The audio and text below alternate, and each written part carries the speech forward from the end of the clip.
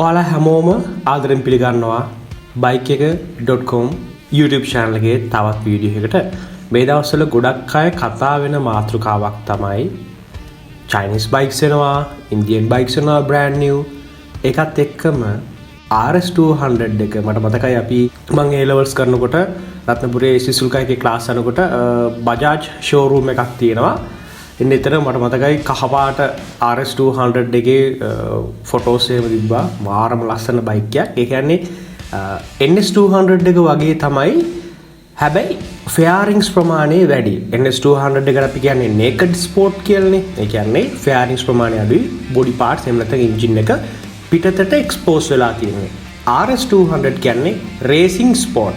මේකේ full cowlings එහෙම නැත්නම් full fairings එක ආපු ලස්සන ස්පෝර්ට් බයික් එකක්.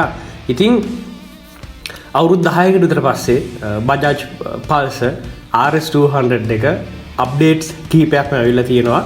අපි බලමු මොනවද ඒ අප්ඩේට්ස්. ඒ වගේම මේ අලුත් බයික් එකේ මිල ගණන් ඊට පස්සේ මේකේ ස්පෙක්ස් මොනවද කියලා.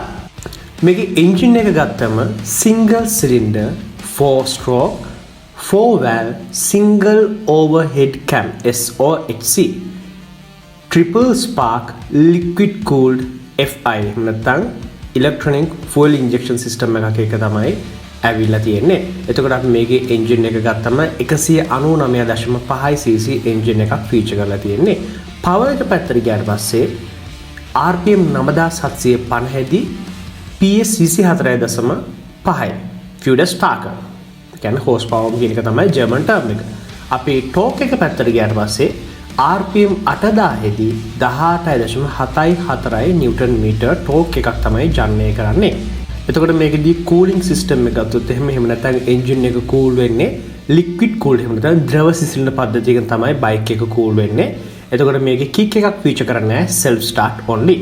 ඊට පස්සේ අපි transmission එක පැත්තට ගත්තොත් එහෙම gear 6ක manual gearbox එකක් තමයි ඇවිල්ලා තියෙන්නේ. clutch එක පැත්තට ගියාම wet multiplate clutch එකක් ඇවිල්ලා තියෙන්නේ. assistant slipper clutch ඇවිල්ලා තියෙනවා. final drive එක chain drive එකක් තමයි එන්නේ. ඒතර frame එක පැත්තට ගියොත් එහෙනම් මේක pressed steel perimeter frame එකක්. ඒ කියන්නේ අර NS200 එක වගේ මෙන්න මෙහෙම perimeter frame එකක් basket එකක් වගේ මෙන්න මෙහෙම ඇවිල්ලා බලලා ඒක මැද තමයි engine එක බස්සලා තියෙන්නේ. ඒක නිසා අපි කියන්නේ perimeter frame එකක් කියලා. අපි suspension පැත්තට ගියාට පස්සේ තමයි පොඩි අවුලක් තියෙන්නේ. සාමාන්‍යයෙන් RS200 එක මේ වගේ අප්ඩේට් එකක් එන්න අවුරුදු 10ක් ගියා. මේ දවස්වල අපි Bajaj bikes ගත්තොත් හැම එකේම වගේ top spec එක Hero bikes, TVS ඔය හැම එකම upside down forks ඇවිල්ලා තියෙනවා.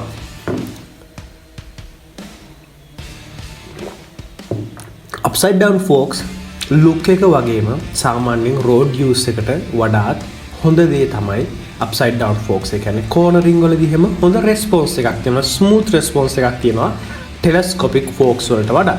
ඉතින් මේකදී තාම අප්ඩේට් වෙලා නැහැ ඉස්සරහට forks දෙක. ඒකත් අප්ඩේට් වුණා නම් මට හිතෙනවා R15 එකට වඩා look එක තව ටිකක් වැඩි වෙලා upgraded look එකක් එක්ක මේ තියෙන $1,12,000 ගානේ price point එකත් එක්ක R15 V4 එකට මාරම හොඳ කම්පිටිෂන් එකක් දෙන්න පුළුවන්. දැන්ටත් පුළුවන්. හැබැයි අර upside down forks ආවනම් මේක telescopic forks වෙනුවට ඒක මාරම budget friendly ඒ වගේම fully loaded bike එකක් කියලා කියන්න පුළුවන් වෙනවා. fully loaded sport bike එකක් කියන්න පුළුවන් වෙනවා. ඉතින් ඉස්සරහා ගත්තට පස්සේ telescopic forks with anti friction bush එන්නේ. ඒතකොට rear suspension පැත්තට ගියට පස්සේ nitrox monoshock එකක් එන්නේ gas canister එකක් එක වෙනම. ඉතින් අපි ඊට පස්සේ brakes සහ tires පැත්තට ගියාම මේකේ dual channel ABS ඇවිල්ලා තියෙනවා. විශේෂම දේ තමයි riding modes තුනක් තියෙනවා. road, rain සහ off road කියලා. ඉස්සරහා disc brake එකට ගියාට පස්සේ single disc එකක් එන්නේ. මිලිමීටර් 300 petrol disc එකක් ඇවිල්ලා තියෙන්නේ. rear brakes වලට ගියාට පස්සේ මිලිමීටර් 230 petrol disc එකක් ඇවිල්ලා තියෙන්නේ. අපි tire sizes වලට ගියාට පස්සේ 110/70/17 tubeless radial tires තමයි ඉස්සරහට ඇවිල්ලා තියෙන්නේ. rear tires පැත්තට ගියාට පස්සේ 140/70/17 tubeless radial tires ඇවිල්ලා තියෙන්නේ. ඉතින් මම හිතන විදිහට මේකේ ගොඩක් බයික්ස් වගේ පිටිපස්සේ ටයර් එක තව චුට්ටක් බැලුන් සයිස් එක වැඩි එකක් දාන්න පුළුවන් වෙයි. එතකොට අපි වීල් ටයිප් එක ගත්තට පස්සේ අංකල් 17 ස්ටයිලිෂ් ඇලෝ වීල්ස් තමයි ඇවිල්ලා තියෙන්නේ. මේකෙදි අපි සීට් හයිට් එකට ගියොත් එහෙම මිලිමීටර් 810යි ග්‍රවුන්ඩ් ක්ලියරන්ස් එක මිලිමීටර් 157ක්. ටැන්ක් එක ලීටර් 13ක් වෙනවා. ෆුවල් එෆිෂියන්සි එක ලීටර් එකට කිලෝමීටර් 40කට ආසන්න ප්‍රමාණයක්. අපි කර්බ් වෙයිට් එක ගත්තොත් එහෙම කිලෝග්‍රෑම් එහෙම නැත්නම් බයික් එකේ ස්කන්ධය ගත්තොත් එහෙම කිලෝග්‍රෑම් 167ක්. හරි අපි ඊට පස්සේ ඉලෙක්ට්‍රිකල් සහ ස්මාර්ට් ෆීචර්ස් වලට ගියොත් එහෙම ඔයගොල්ලන්ට මතක ඇති කලින් RS200 එකේ ඩිජිටල් සහ මැනුවල් මීටර් කියන දෙකම මික්ස් එකක් විදිහට තමයි ඇවිල්ලා තිබ්බේ. ඒකත් එක්කම මේකෙදි ඉන්ස්ට්‍රුමන්ට් ක්ලස්ටර් එක ගත්තොත් එහෙම ෆුල් ඩිජිටල් LCD කන්සෝල් එකක් ඇවිල්ලා තියෙන්නේ. කනෙක්ටිවිටි එක පැත්තට ගියාට පස්සේ හොඳ අප්ග්‍රේඩ් එකක් ඇවිල්ලා තියෙනවා. Bluetooth enabled turn by turn navigation, SMS call alerts වගේ දේවල් මේක ෆීචර් එකවල තියෙනවා. අපි Bluetooth හරහා ෆෝන් එකෙන් කනෙක්ට් කරලා ඒ දේවල් ටික කරගන්න පුළුවන්. අපි හෙඩ්ලැම්ප් එක පැත්තට ගියාට පස්සේ මේකතර මිනි R1 එකක් වගේ ලස්සන dual LED projector headlamps ඇවිල්ලා තියෙනවා. integrated DRLS හරිද? daytime running lights එක ලස්සන dual LED projector headlamps තමයි ඇවිල්ලා තියෙන්නේ. tail lamp එකට ගියාට පස්සේ මේකෙදි crystal LED clear lens C-shaped layout එකක් තමයි ඇවිල්ලා තියෙන්නේ. ඒකත් අලුත් upgrade එකක්. එතකොට turn indicators ගත්තට පස්සේ හරිම sleek LED indicators ඇවිල්ලා තියෙන්නේ. battery type එක 12 volt full DC system එකක් තියෙන්නේ. maintenance ගොඩක්ම අඩු maintenance free කියලා තමයි කියන්නේ. ඉතින් ඔය ටික තමයි බයික් එක ගැන කතා කරන්න තියෙන්නේ.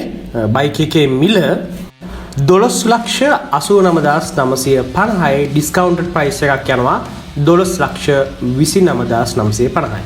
ඉතින් මට හිතෙනවා NS200 හැමතැනම තියෙනවා. RS200 එක ටිකක් විතර යුනික් බයික් එකක් මාරම ලස්සනයි. ෆුල් ෆෙයරින්ග්ස් ආවට පස්සේ ගොමත් ස්පෝර්ට් බයික් එකක පේනම තව වැඩි වෙනවා.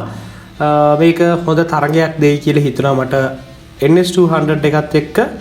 ඒ වගේම විශේෂයෙන්ම R15 එකත් එක්ක V4 එකත් එක්ක version 4 එකත් එක්ක හොඳ තරගයක් දෙන බයික් එකක් වෙයි කියලා මට හිතෙනවා. ඒ වගේම MT15 R15 ඒව ගත්තට පස්සේ 155cc engines නෙන්නේ. මේකේ 199.94 engine එකත් එක්ක හොඳ තරගයක් දෙන්න පුළුවන් වෙන බයික් එකක් වෙයි කියලා හිතනවා. ඉතින් ඔයගලන්ට ඕනි නම් මේකේ මම showroom එකකට ගිහලා හරි එහෙම නැත්නම් in real life IRL review එකක් කරන්න මොන වගේද user experience එක දෙන්නෙක්ට යන එක මොන වගේ පහසුද කියලා ඕගොල්ලෝ මගේ කලින් වීඩියෝස් බලලා තියෙනවා නම් ඕගොල්ලෝ ඇති මම ඕගොල්ලෝ දන්නවා ඇති මම රිවිව් එකක් කරන්න කොහොමද කියලා. ඒ වගේ රිවිව් එකක් ඕන නම් ඕකේ කියලා අනිවාර්යෙන්ම කමෙන්ට් එකක් දාන්න. මම එතකොට ඒ රිවිව් එක කරන්න. එහෙනම් ගිහින් එන්නම් as always safe rides.